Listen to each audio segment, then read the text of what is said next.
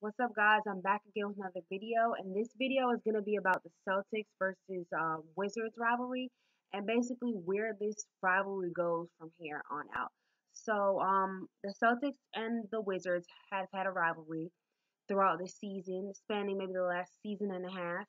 Um, the rivalry has had fights between, it's produced fights between John Wall and Jay Crowder, John Wall and Marcus Smart, Kelly Oubre and Kelly Olynyk.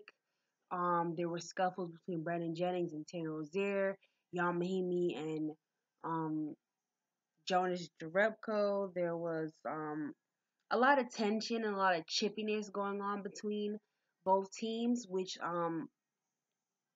definitely came to a head when they had the funeral game back in January. Was the funeral game in January? Yeah, the funeral game was in January in DC, with basically when the Wizards came dressed in all black like a funeral um to basically murder the Celtics, and they did. They murdered them, they killed them, and they won that game. And the rivalry kind of just like, I mean, it already was coming full speed ahead, but it definitely took off from there. And yeah, so this video I'm gonna talk about how where I think this rivalry is going, and like, do I think that it's going anywhere? And honestly, I don't. I think the Celtics slash Wizards rivalry is kind of over because the dynamics of the teams have completely changed. I mean, Jay Crowder has just recently been traded to the Cavs, so he's gone.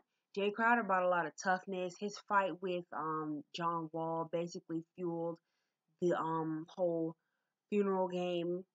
Let me see.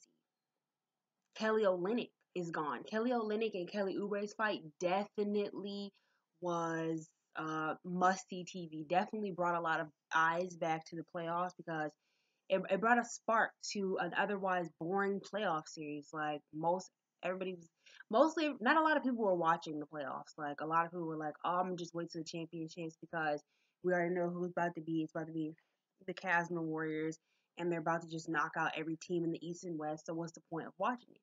So the Celtics versus Wizards rivalry definitely brought a lot of eyes back to the back to the playoffs. So Jay Crowder's gone and Kelly Olynyk are gone, and those were some of the main pieces to this rivalry. Also, Brandon Jennings is gone, and he's a very antagonistic type player. He definitely is going to get in your face. He's definitely going to not shy away from any type of conflict. He's on your ass basically. So he's gone. Um Isaiah Thomas is also gone, and Isaiah Thomas was not necessarily like a huge part of this rivalry, but I mean, the matchup between John Wall and Isaiah Thomas was something that people like to see because they were two completely different style point guards. John Wall was a bigger point guard who emphasized more in pass first, getting others involved, very defensive minded, plays both ends of the floor and can score. Isaiah Thomas is mostly a score first, score only point guard because he doesn't really play defense, and he's mostly always handling the ball. So they were complete, and he was smaller. So they were completely different types of point guards. So the matchup between them was an interesting one to see. The Bradley versus Bradley matchup was also interesting. Avery Bradley versus Bradley Beal, because they were both two young, really good shooting guards for their team, and you know, of course, Avery Bradley was a way better, more elite defender, but when Bradley Beal wanted to, he could definitely play defense and play defense very well. So watching them go against each other and see who could help their team more, who could score more, and Avery Bradley was mostly there for to oh, I'm so tired, but basically more so there to defend John Wall. But I like to see them go up against each other and watch the differences and stuff between the two of them and see the matchup between them. Um, what's really left? I mean, Gerald Green is gone, and he was not necessarily a key component in this rivalry, but he definitely brought a lot of toughness to the Celtics team and contributed with the toughness and the chippiness that used to go on between their games. Um, yeah, what's basically left of this rivalry is more so kind of like the matchup between John Wall and Kyrie Irving because those two have been going head to head their whole career, really. A lot of people compare them. I see it all over my timeline. Who's better, John Wall, Kyrie? Because Kyrie's more offensive minded. Like he's an elite scorer. John Wall is more of an all around player. Definitely defense, offense, and getting others involved. So he's playing both ends of the floor, and really, I think he's the better point guard, the better, especially the better true point guard. But it's definitely always been kind of like a competition between the two of them because a lot of people just see Kyrie can score and think that he's automatically better. So there's that, but mostly there's really the rivalry between them is kind of over with. It's kind of dead. Like um yeah, the Morris twins going against each other, but that's nothing new. The Morris twins went against each other when it was with the Detroit Pistons, and so that's really nothing new.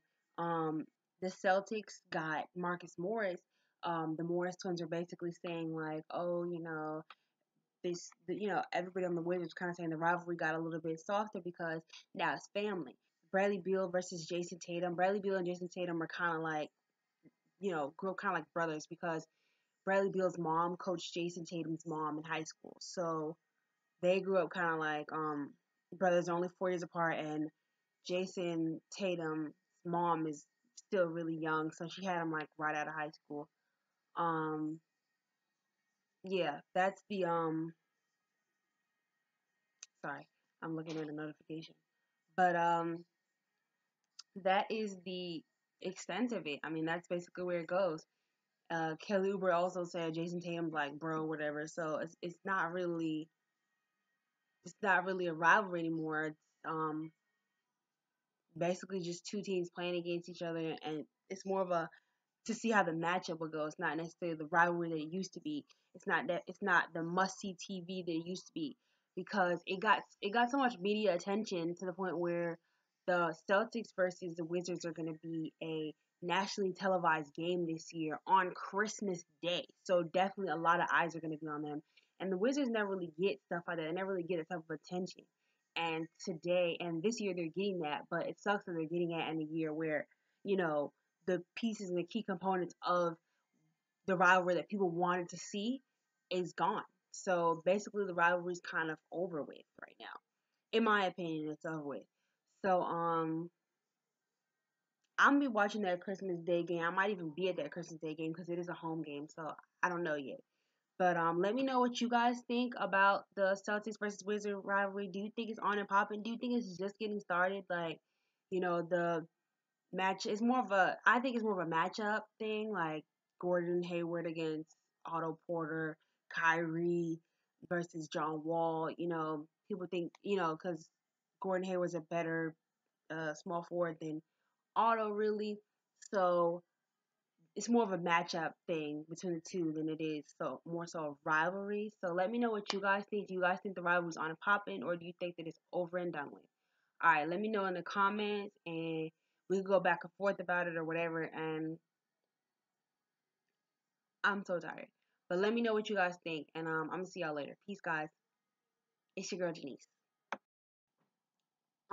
One last thing I did want to add was that basically the only thing that's left of the rivalry, only person that's really left that was really there is like Marcus Smart, and he's still very tough, very chippy, very aggressive, very rough player. So he's still gonna bring that. He's still gonna be who he is. But yeah, he can't carry it on by himself. He don't have his partners around anymore. And I don't think it's gonna be as much fun anymore to watch. But definitely we're gonna have to stick around and we're gonna have to wait and see because they could surprise us and this could go full force and actually be worse than it was last year, which I am I would be very excited to see. I would love to see John Wall and Kyrie get into something. I think that Kyrie just kind of like needs his ass beat one good time, or maybe he can beat somebody's ass. I don't know. I just want to see Kyrie get mad. So yeah, that's something else that I wanted to just throw in there. So yeah, bye guys.